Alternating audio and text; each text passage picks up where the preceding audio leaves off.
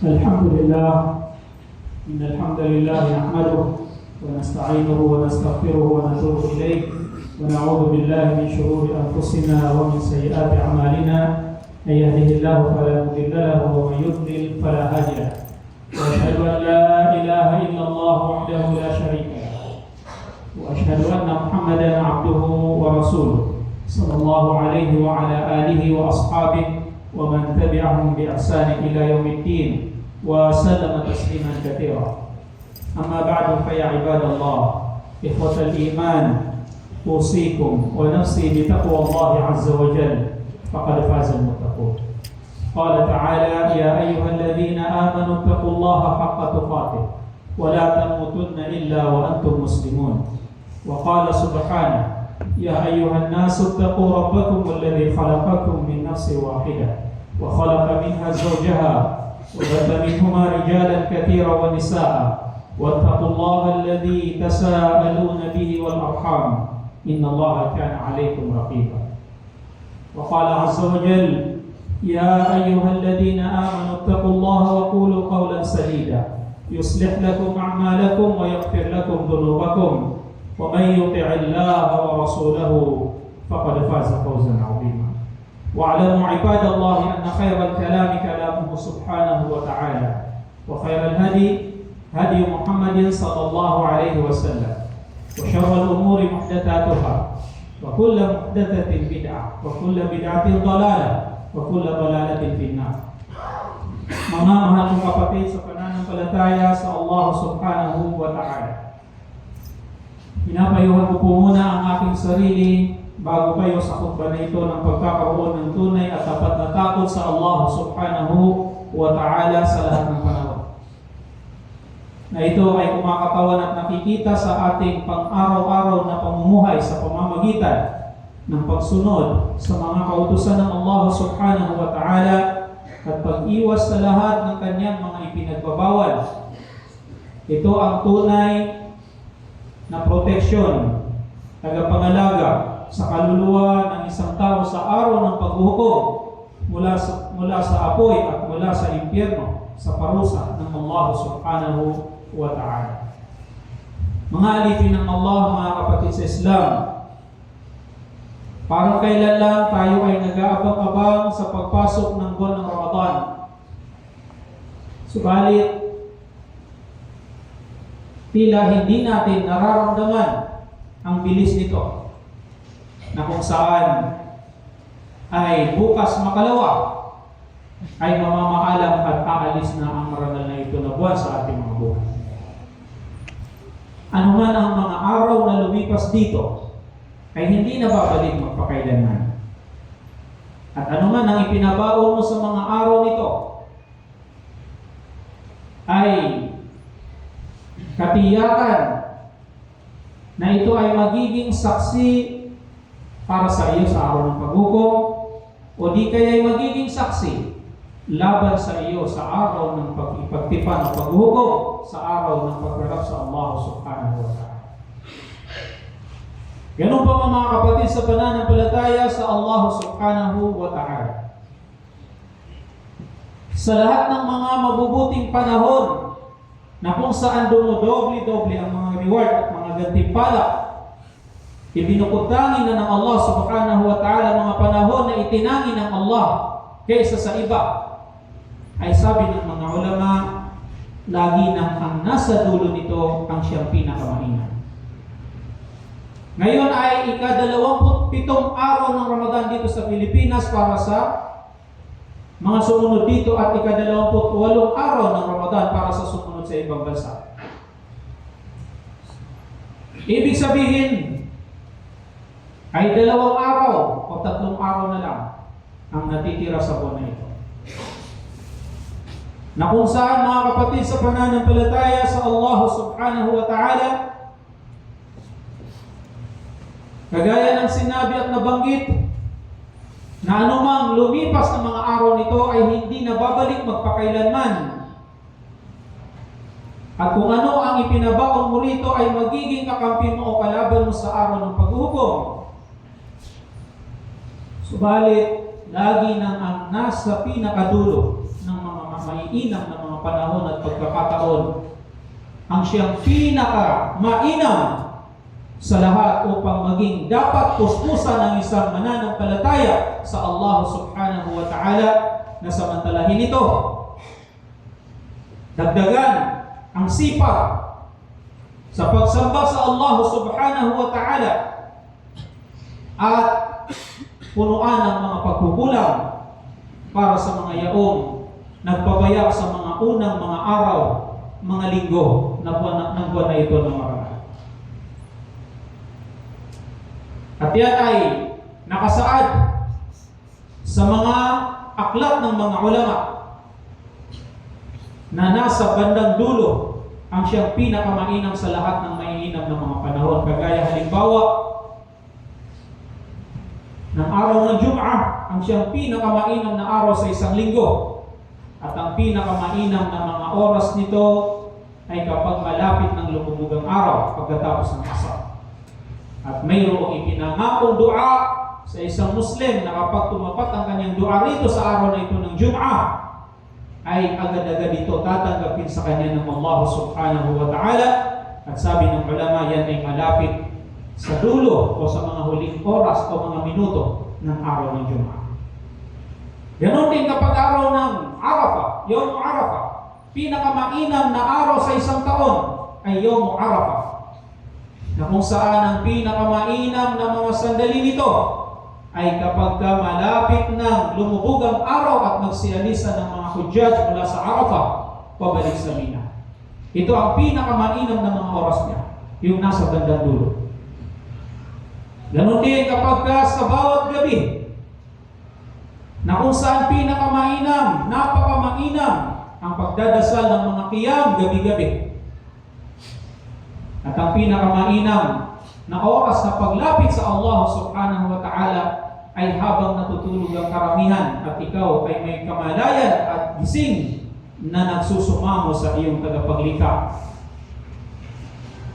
Sa bandang gabi, ang pinakamainam na mga oras nito ay yaong kapag malapit na ang oras ng Fajr.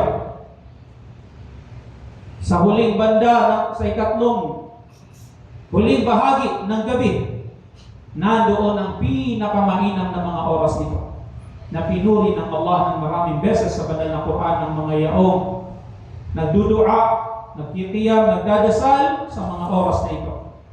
Sapagkat ang mga oras na yan, madaling araw, ay bumababa ayon sa hadithul sahih ang tagapaglikha, ang Panginoong Allah subhanahu wa ta'ala sa langit ng mundo at kanyang sinasabi, man yad'uni fa astajiba lah, sino ang magdudua sa akin sa mga sandaling ito at tutugunan ko ang kanyang dua. Man yastaghfiruni fa aghfir lah, sino ang humingi ng tawad, kapatawaran sa akin sa mga sandali na ito, madaling araw, gabi-gabi huya, sabi ni Propeta sallallahu alaihi wasallam. Sino ang humingi ng tawad sa mga sandaling ito, patatawarin ko sa kanya. Wa man yas'aluni fa u'tiya, at sino man ang hihingi sa akin, ano man ang hihilingin mo sa kanya sa Allah subhanahu wa ta'ala, sa madaling araw, ibibigay sa iyo ng oras. Sapagkat yan ang pinakamainam na oras ng gabi ay ang madaling araw. At ganoon din sa Ramadan, nakabilang sa mga itinangin ng Allah subhanahu wa ta'ala na buwan, panahon ng pagdudoble-doble ng mga gantimpala, pinakamainam na buwan. Ang nasa pinakahuling mga araw nito ang siyang pinakamainam. Kung kaya't ang Rasulullah sallallahu alaihi wasallam ay hihigit siyang nagsusumikap at nagiging masipag sa pagsamba sa Allah subhanahu wa ta'ala kapag last 10 days na ng Ramadan. Tulad ng paglalarawan sa kanya ng kanyang asawa, ang Ummul Mu'minin Aisha radhiyallahu ta'ala anha, kana sallallahu alaihi wasallam yajtahid fi al-ashr al-awakhir ma la yajtahidu fi ghayrihi. Ang Rasulullah sallallahu alaihi wasallam ay nagsusumikap lalo sa huling mga araw ng Ramadan, sa huling 10 mga gabi ng Ramadan, na ito hindi niya ginagawa sa unang mga araw ng Ramadan. Nagiging doble-doble ang pagsusumikap niya. Bakit? Sapagkat ito yung pinakamainam na mga oras niya, mga araw niya, mga gabi niya.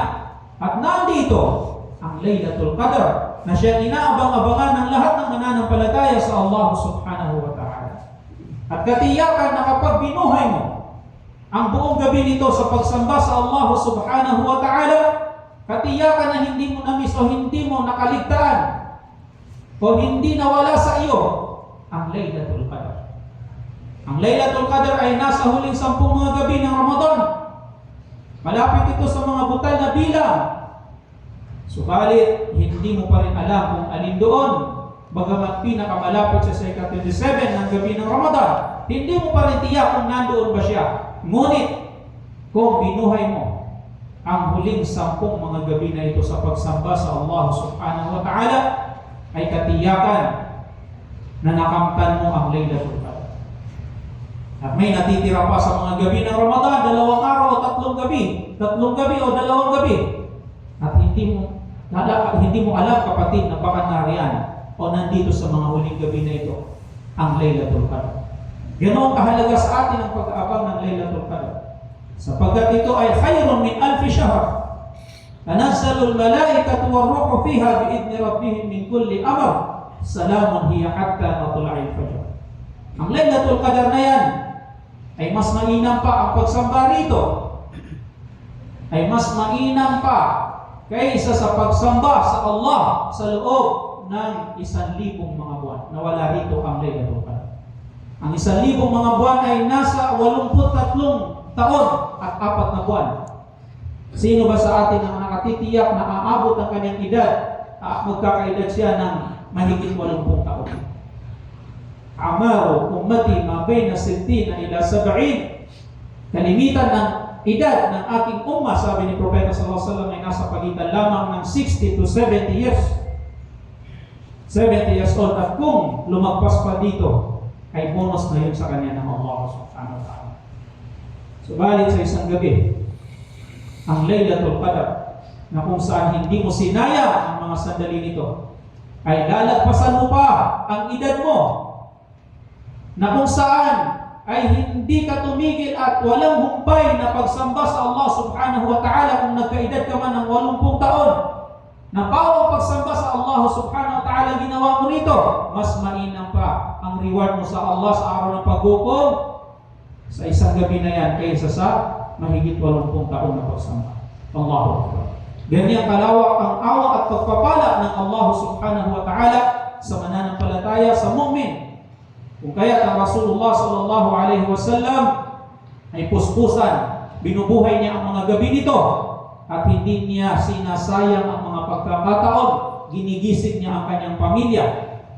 Tulad ng paglalarawan sa kanya ni Aisha radhiyallahu ta'ala anha, idza dakhala al-'ashr, kapag pumasok na, sabi ni Aisha radhiyallahu ta'ala, ang huling 10 mga gabi ng Ramadan, shadda mi'zarahu, ay hinihigpitan ng Rasul sallallahu alaihi wasallam ang kanyang damit, ang kanyang mi'zar, ang kanyang izar, ang damit pang ibaba, ang kanyang malong. Sa panahon natin ngayon, hinihigpitan niya, ito'y patalinghagang salita na kung saan ay hindi niya muna nilalapitan ang kanyang mga asawa.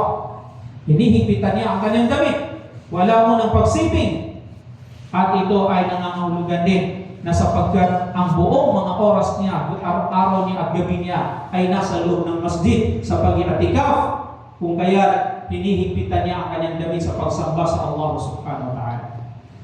Wa ahya laylahu, binubuhay niya ang bawat gabi nito, wala siyang sinasayang na mga sandali sa bawat gabi nito. Binubuhay niya sa pamamagitan ng pagsamba, hindi sa pamamagitan ng pagsasayang ng oras, pamamasyal kung saan-saan, panunood ng mga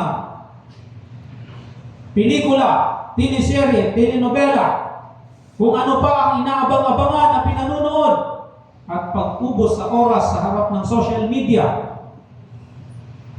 Hindi niya sinasayang ang mga oras niya, binubuhay ang mga gabi niya sa mga bagay na ito na walang katuturan at walang kabuluhan. Bagkus, ginugugol niya ang bawat sandali sa mga gabi nito sa pagsamba sa Allah subhanahu wa ta'ala. At hindi lang yun, ay pag-ahlahu, ginigising niya ang kanyang pamilya. Pinupuntahan niya si Ali, ang kanyang anak na si Fatima, asawa ni Ali radhiyallahu ta'ala anhuma, at ginigising niya, hindi ba kayo magdadasal? Hindi ba kayo magkikiyam? Hindi ba kayo magtatahajjud? Wa'mur ahlaka bis-salati wastabir 'alayha. Utusan mo ang pamilya mo ng pagdadasal at magtiyaga ka, magsabar ka sa pag-uutos sa kanila. Hindi yung isang beses mo lang sila ginising at hindi ka pinansin, ay iiwanan mo sila, bahala nga kayo sa buhay. Hindi ganon ang magulang. Bagkus, wastabir 'alayha, sabi ng Allah. Magsabar ka sa paggising mo sa kanila, sa pag-utos mo sa kanila na sila ay magdasal. Ya ayyuhalladhina amanu qu anfusakum wa ahlikum nara wa quduha an-nas wal hijara. O kayong mga naniniwala, iligtas ninyo ang inyong mga sarili mula sa apoy. At gayon din na iligtas ninyo ang pamilya ninyo mula sa apoy. Na ang panggatong dito ay mga nagsisilakihang mga bato at mga tao. Ibig sabihin, inutusan tayo na iligtas ang ating mga sarili mula sa parusa ng Allah. At isama po natin ang ating mga pamilya gaya ng ginagawa ni Propeta Muhammad sallallahu alaihi wasallam. Mga alipin ng Allah, mga kapatid sa Islam. Alam ng bawat isa sa atin ang kanyang sarili at kilala mo ang iyong sarili. Kung saan ka nahahanay, doon ka ba sa mga tao na nagsumikap at walang sinayang na mga gabi, mga sandali, mga araw sa buwan na ito. Sa pamamagitan ng pagkikiyam, pag-aayuno sa mga araw nito, pagbabasa ng Quran sa mga gabi, at sa mga araw, paggugol ng salapi, pagkakawang gawa, pagpapaiftar, pagtulong sa mga kapuspalad, at iba't iba pang uri ng pagsamba sa Allah subhanahu wa ta'ala. Kabilang ka ba sa mga uri ng mga tao na gano'n ang kanilang ginawa at ipinabaon sa buwan ng Ramadan? O di kaya kabilang ka sa mga yaong nagpabayak at nagkukulang sa kaniyang pagsunod sa Allah subhanahu wa ta'ala at madalas ay tinatamad. Katiyakan mga kapatid, yaong mga ginugol nila ang kanilang mga sandali, mga oras na puyat, na gutom sa pagsamba sa Allah subhanahu wa ta'ala, wala silang nararamdaman ngayon na puyat. Wala silang nararamdaman ngayon na gutom at pagod. Lumipas na yun. Subalit, nananatili ang kanilang savings, ang kanilang gantimpala sa Allah subhanahu wa ta'ala.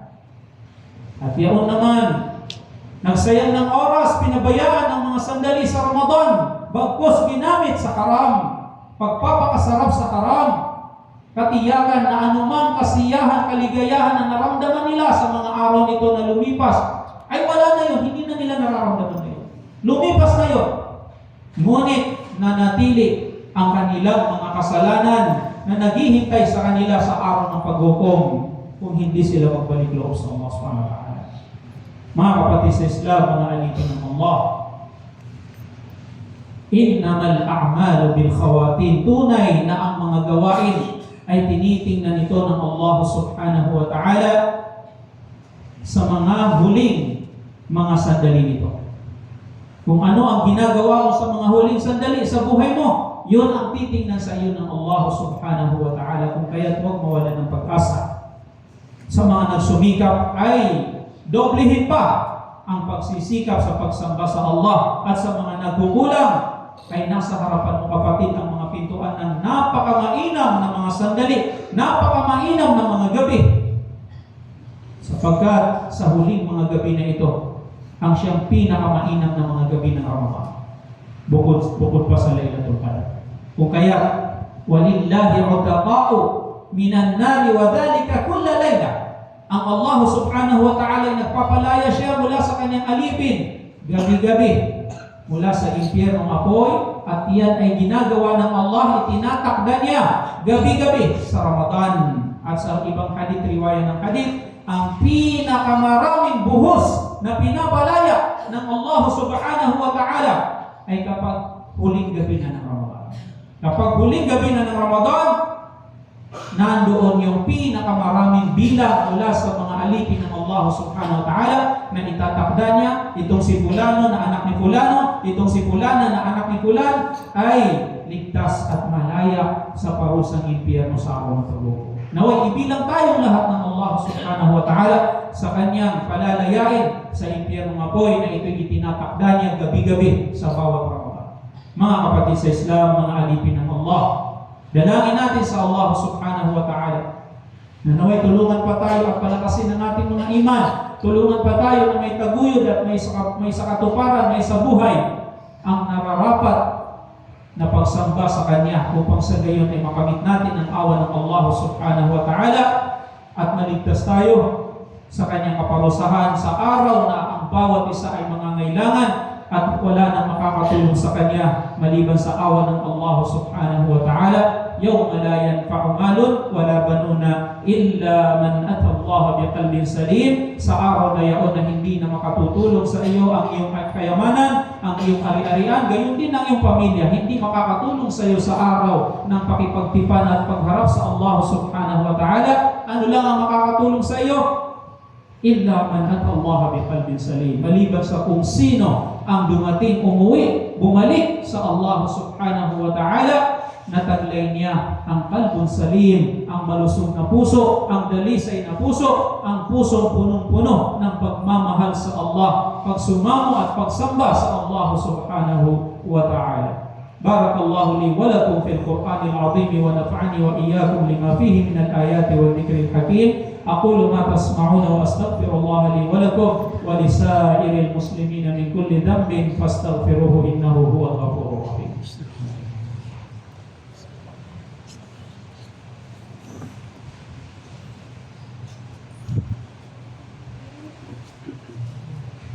الحمد لله على إحسانه وشكر له على توفيقه وامتنانه وأشهد أن لا إله إلا الله وحده لا شريك له تعظيما لشأنه وأشهد أن محمدا عبده ورسوله الداعي إلى رضوانه صلى الله عليه وعلى آله وأصحابه ومن تبعهم بإحسان إلى يوم الدين وسلم تسليما كثيرا وبعد. Mga kapatid sa Islam, kabilang sa mga nakasaad na mga dapat gawin ng isang mananampalataya sa Allah subhanahu wa ta'ala sa mga huling araw ng Ramadan ay ang pagpaparami ng istighfar, paghingi ng tawad sa Allah subhanahu wa ta'ala, sapagkat ang ating mga gawaing pagsamba ay laging nasa dulo nito ay ang pag-istighfar, paghingi ng tawad sa Allah subhanahu wa ta'ala, at ganoon din ang ating buhay marapat na kung saan ay wakasan natin ito sa dami ng pag-iistighfar. Hindi ba ninyo napapansin na kapag tayo ay nagsasala, pagtaslim natin sa kanan at sa kaliwa, ano ang sunna na gagawin? Bibigkasin mo ang istighfar o mag-istighfar ka, astaghfirullah al-azim, o Allah patawarin niyo po ako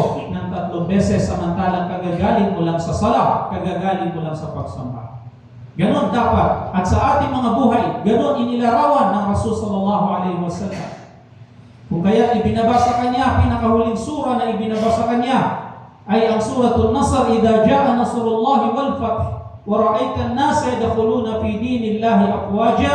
At sa sura na ito, fasabbih bihamdi rabbika wastaghfirhu innahu kana tawwaba. Kapag dumating na ang tagumpay o Muhammad at ang pagbubukas sa Makkah, ibig sabihin masakop na ang Makkah, mamayani na ang Islam sa Kaaba sa Makkah, makikita mo na ang mga tao na nirahan dito ng mga musyrik ay magsisipasok sa Islam ng sama-sama.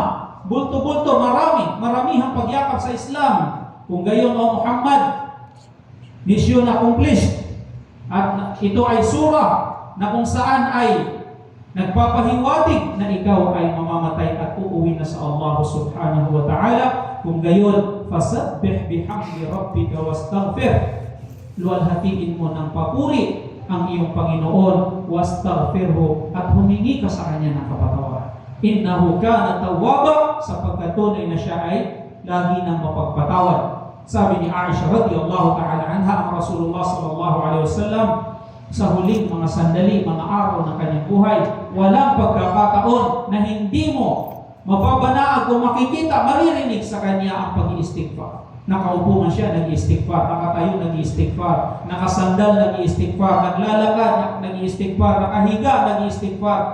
Fasabbih bihamdi rabbika wastaghfirhu. Puro istighfar, basa ang kanyang dila, ang kanyang bibig sa paghingi ng kapatawaran sa Allah subhanahu wa ta'ala, samantalang siya ay propeta ng Allah at siya ang pinakamainam na tao na nilikha ng Allah at siya ay walang kasalanan na nakahihiyang kasalanan. Pinatawad na sa kanya ng Allah ang lahat ng kanyang mga kasalanan na una, pati ang mga hindi pa niya nagagawa. Ngunit sa dulo nito, sa dulo ng kanyang buhay, ay pagpaparami ng istighfar. At sa mga araw na ito, sa mga huling araw na ito ng Ramadan, magpaligsahan tayo sa pagpaparami ng istighfar. Ugalihin natin na laging basa ang ating mga dila sa pag-alaala sa Allah at paghingi ng kapatawaran. Ganon din na huwag kaligtaan ang pagbibigay ng zakatul fitr, na kung saan ipinahintulot na mula sa araw na ito ang pagbigay ng zakatul fitr hanggang sa araw ng Eid. Bagamat ang pinakamainaw na oras ng pagbibigay ng zakatul fitr ay sa araw mismo ng Eid. At inutos ito ng Propeta sallallahu alaihi wasallam, tulad ng sinabi ni Ibn Abbas radhiyallahu ta'ala anhuma, farada Rasulullah sallallahu alaihi wasallam zakatul fitr sa'an min ta'amin aw sa'an min sha'ir. Ginawa obligado, inobliga ni Propeta sallallahu alaihi wasallam ang zakatul fitr, ang pagbibigay ng zakat na fitra sa dulo ng Ramadan. Sa'an min ta'am, ito'y sa pamamagitan ng isang ganta mula sa pagkain, o sa'an min sha'ir, o isang ganta mula sa sha'ir, trigo. Ito ay inobliga niya sa mga Muslim, bata man o matanda, lalaki man o babae. At inobliga ito ni Propeta sallallahu alaihi wasallam kadugtong ng hadith na ibibigay bago pa man maidaos ang salatul Eid. At ang isang ng zakatul fitr, ito ay arba'atu amdad. Ito ay sa pamamagitan ng 4 na salok kamay ng mga propeta. At kung ano yung pagkain na kinakain mo, ay doon ka magbibigay ng zakatul fitr, katulad ng kautusan ng Rasul sallallahu alaihi wasallam. At ang 4 na salok, ang timbang nito, ang isang ganta, ay nasa 2 kilo at 40 gramo o 2 kilo o kalahati. Ang bawat fitra ng isang Muslim, bata man o malaki, matanda, babae man o lalaki. Ibibigay mo ito, bibili ka ng bigas at ibibigay mo sa karapat-dapat. Sino yung karapat-dapat? Ang mga mahihirap, sapagkat ang zakatul fitr ay tuhmatul lil masakin. Ito ay pagkain ng mga mahihirap, sabi ni Propeta sallallahu alaihi wasallam, at tagapaglinis ng mansa ng iyong pag-aayuno. Hindi maiwasan na namamansahan ng ating mga pag-aayuno sa pamamagitan ng mga kasalanan. At upang malinis ito, ay magbigay ka ng zakatul fitr. At ganoon din, na upang bigyang kaligayahan isabay sa Eid, kapiyastahan ng mga Muslim ang mahihirap na maaaring sa araw na yaon ay walang maluluto, masasaing sa kanyang pamilya. Ngunit kung sila ay makatanggap ng mga fitra, ay makasabay sila ng kaligayahan sa pag-iid ng mga Muslim. Kung kaya ang hikmah ay sa kanila ito ibibigay, inutos ni Propeta sallallahu alaihi wasallam. Mga kapatid sa Islam, mga alipin ng Allah, paramihin ang pag-alaala sa Allah subhanahu wa ta'ala at pagtakbir, walitukmilul iddata walitukabbirullaha ala ma hadakum wa la'allakum tashkurun. Kapag nakompleto na ninyo ang bilang ng inyong pag-aayuno, ay paramihin ninyo ang pag-alaala sa Allah, ang pagtatakbir sa Allah subhanahu wa ta'ala, upang sa gayon marahil sa rinawa ay makaptan ninyo ang tagumpay, ang awa ng Allah subhanahu wa ta'ala. Allahumma salli ala Muhammad wa ala ali